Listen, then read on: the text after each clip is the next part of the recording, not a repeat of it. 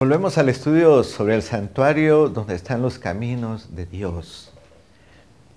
Este plan de hacer un santuario y que estudiamos en el programa anterior, el de Moisés, este fue el que pidió Dios.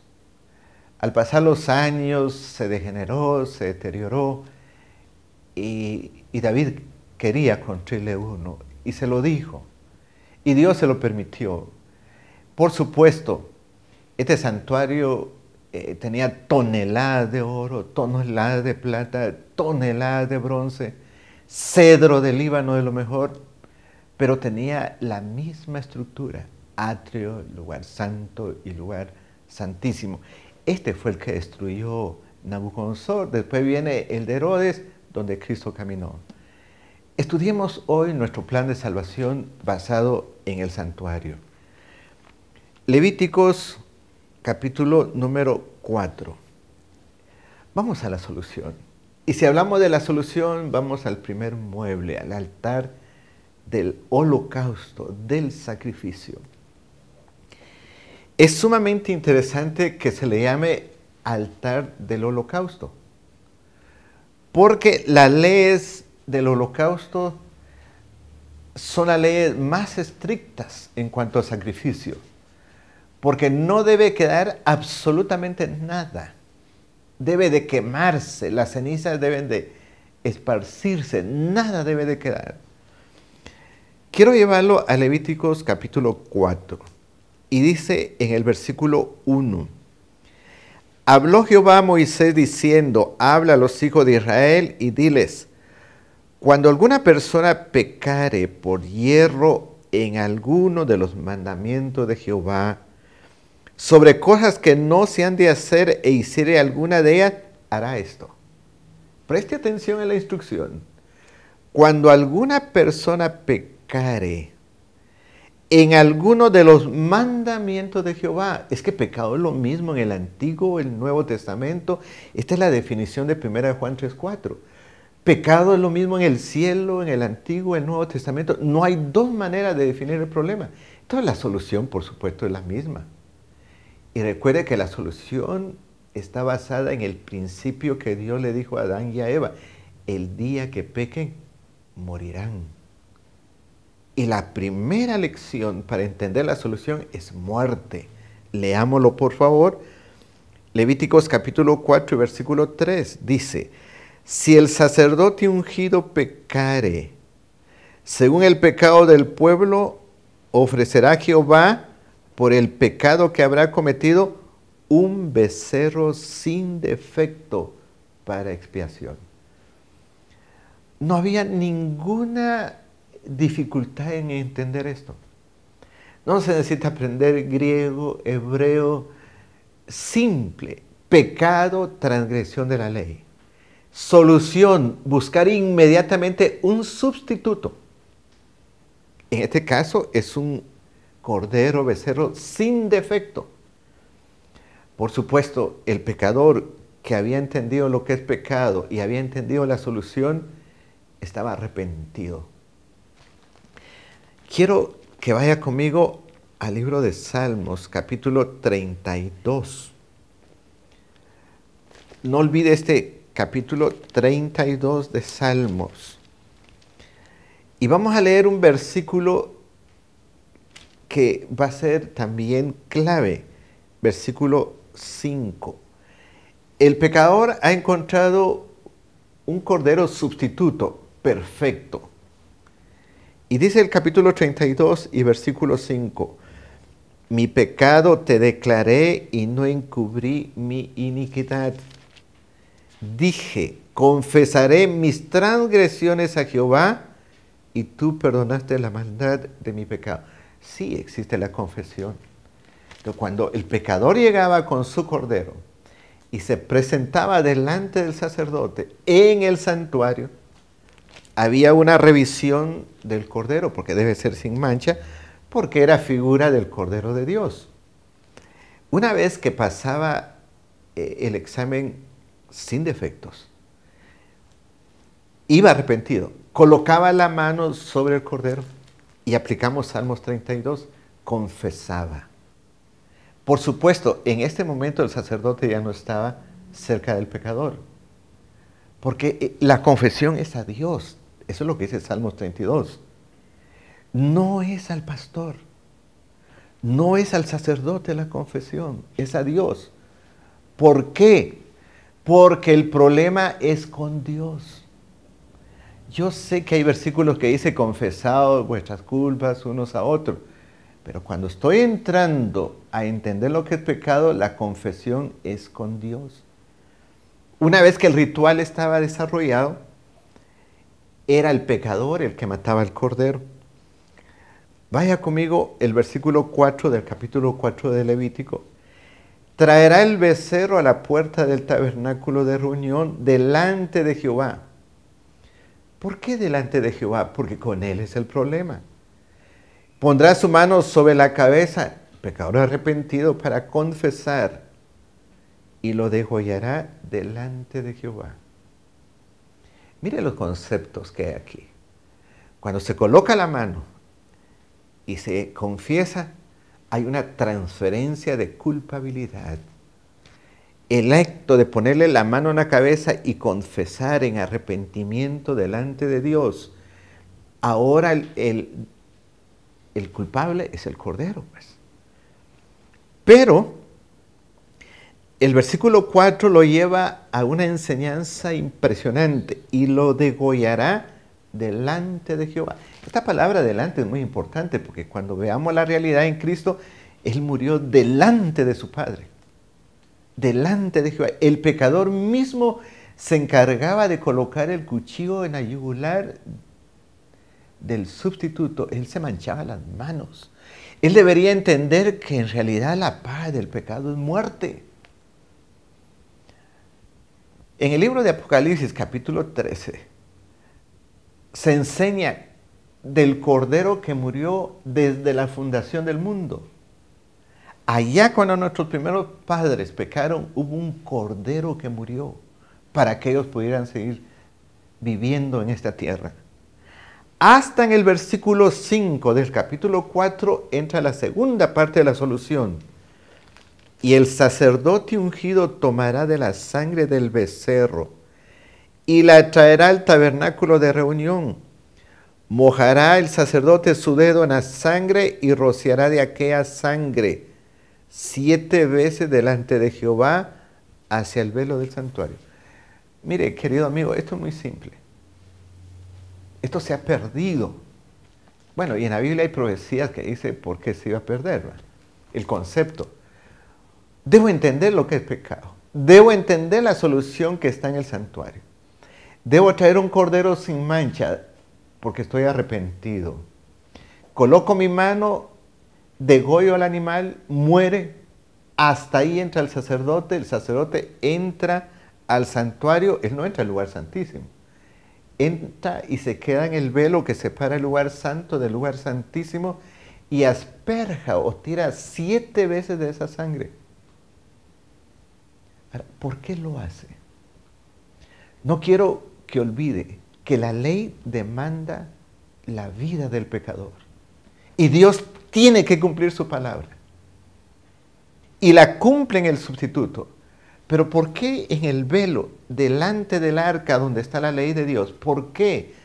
Porque la ley demanda la vida del pecador. Y el sacerdote está haciendo la función de un mediador entre el Dios Santo, el que está en la presencia del otro lado en la Shekinah, y el pecador que quedó en el atrio.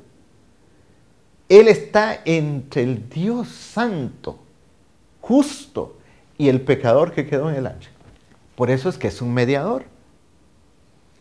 Y al tirar la sangre, lo que está diciendo es que la justicia que demanda la ley está satisfecha. Porque murió, solo que murió un sustituto. Murió. Pero estoy hablando de la muerte segunda. Por eso es holocausto. Una muerte de la cual no hay regreso. Lo veremos en la segunda parte de este programa, que fue la muerte de Cristo. Murió. Y ahora, acompáñeme, es el mismo caso 4 veces en Levítico 4. Cuando esto sucede, dice el versículo 20, y hará de aquel becerro como hizo con el becerro de la expiación, lo mismo hará de él. Así hará el sacerdote expiación por ellos y obtendrán perdón. ¿Hasta cuándo se obtiene perdón? Hasta que se cumple la justicia, hasta que se presenta la sangre en el velo delante del arca. No hay complicaciones en cuanto a la solución al problema del pecado. El perdón es porque alguien murió y alguien está haciendo mediación. Por favor, vuelva con nosotros dentro de unos segundos.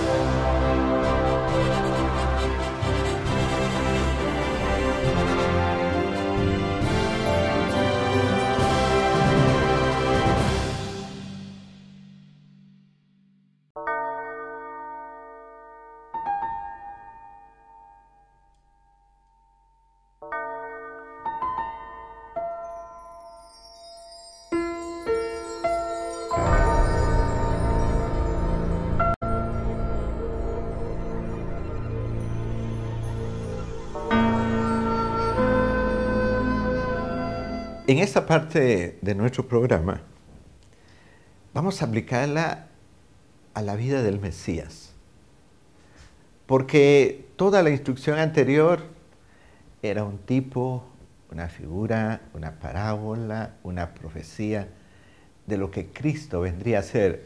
Eso está muy claro cuando él mismo dijo: lo que escribió Moisés, los profetas, los salmos, de mí escribieron. En el libro de San Juan, en el capítulo 1 y versículo 29, encontramos ya la aplicación. El siguiente día vio Juan a Jesús que venía a él y dijo: he ahí el Cordero de Dios que quita el pecado del mundo. Oiga, el Cordero. ¿Cómo era este Cordero? Otro hebreo nos lo explica, el apóstol San Pedro. Él lo deja muy claro cómo era este Cordero.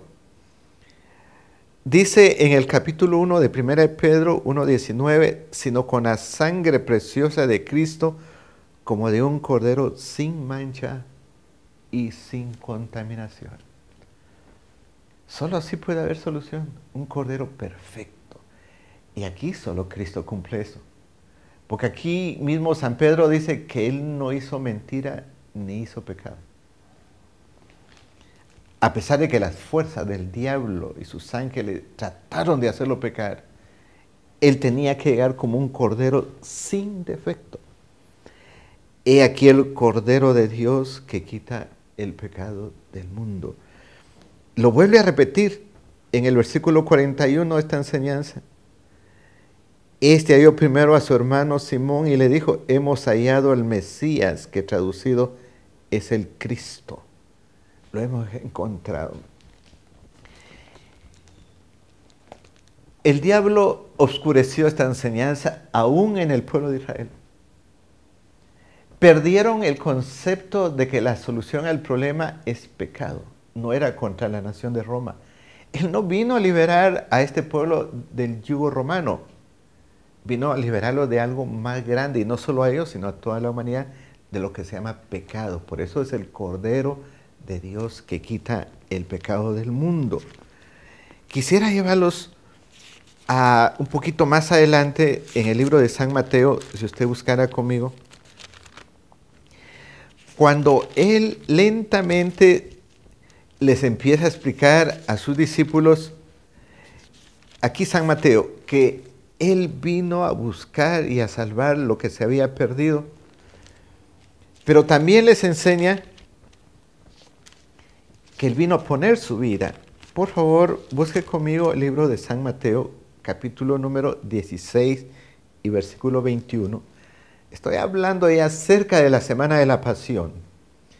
Desde entonces comenzó Jesús a declarar a sus discípulos que le era necesario ir a Jerusalén y padecer mucho de los ancianos, de los principales sacerdotes y de los escribas, y ser muerto y resucitar al tercer día. Entonces Pedro, tomándole aparte, comenzó a reconvenirle diciendo: Señor, ten compasión de ti, en ninguna manera esto te acontezca. Pero él, volviéndole, le dijo a Pedro: quítate delante de mí, Satanás. Él no entendía esto, pero él ya está hablándoles más claro. Era necesario padecer mucho, ir a Jerusalén, morir y resucitar al tercer día. Necesario, imprescindible, porque la paga del pecado es muerte. En el capítulo número 17 y versículo 22 de aquí mismo de San Mateo, les vuelve a repetir esta enseñanza clave. Estando ellos en Galilea, Jesús les dijo: el Hijo del Hombre será entregado en manos de hombres y le matarán, mas al tercer día resucitará. Y ellos se entristecieron en gran manera. Vaya conmigo más adelante en el capítulo 20, de aquí mismo, y versículo 17, se los repite por tercera vez. Subiendo Jesús a Jerusalén, tomó a sus 12 discípulos aparte en el camino y les dijo: he aquí subimos a Jerusalén, y el Hijo del Hombre será entregado a los principales sacerdotes, a los escribas, y le entregarán a muerte. Y le entregarán a los gentiles para que le escarnezcan y le azoten y le crucifiquen, mas al tercer día resucitará. Esto no fue un plan de emergencia, que hayan dicho la deidad cuando pecaron Adán y Eva: ¿y ahora qué hacemos? No. Esto es la revelación de un plan que estuvo escondido desde los tiempos eternos de Dios. Y Gálatas 4:4 dice que venido el cumplimiento del tiempo, Dios envió a su Hijo. Y Él tenía que morir un mes de Nisan o Aviv. Y tenía que morir el 14. Esto está en Levíticos capítulo 23. Note lo que le estoy diciendo. 14.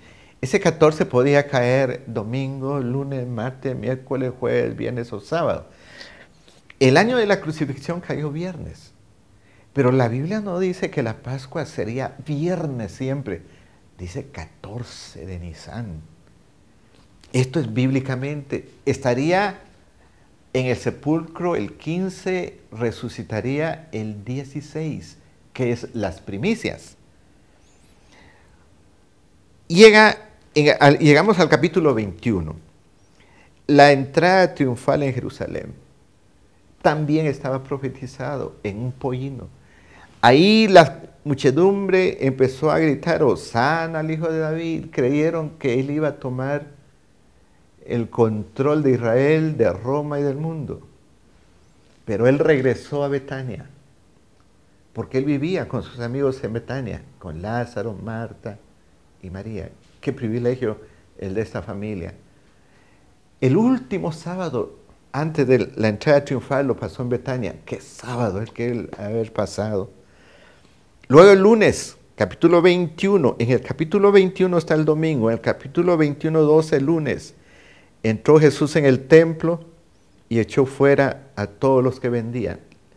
Era casi una de las últimas veces que entraba al santuario terrenal. Luego regresó otra vez a Betania, versículo 17, y dejándolo salió fuera de la ciudad a Betania y posó ahí. Martes, la maldición de la higuera. Eso está en el capítulo 21 y versículo 18. El día miércoles hubo un descanso, hubo un reposo. Venid, dijo, y descansemos. Capítulo 26 y versículo 17, la institución de la Cena del Señor. Nos estamos acercando a la fecha más importante del universo, el 14 de Nisan. Si usted quiere conocer el amor de Dios, no lo busque en calles de oro, no lo busque en la Jerusalén celestial, búsquela en el Calvario. Y nos estamos acercando lentamente. Mateo 26, 17, el primer día de la fiesta de los panes. Versículo 18, mi tiempo está cerca. Ahí, cuando termina la Santa Cena, se van al monte de Getsemaní, oran y él toma la responsabilidad, clama a Dios, si es tu voluntad. Querido amigo, ahí se decidió la suerte. Él pudo haber rechazado esto, pero ahí la tomó en el Getsemaní. Versículo 45 dice, entonces vino a sus discípulos y les dijo, dormid ya y descansad. He aquí llegó la hora y el Hijo del Hombre es entregado en manos de pecadores. Estamos hablando ya prácticamente la noche de lo que sería para nosotros viernes. Ya es viernes, porque el día cambia de sol a sol. Lo llevan a juicio. Primero lo llevan a un juicio con el Sanedrín, los principales sacerdotes. En otras palabras, esto fue oficial. Esto está aquí en Mateo.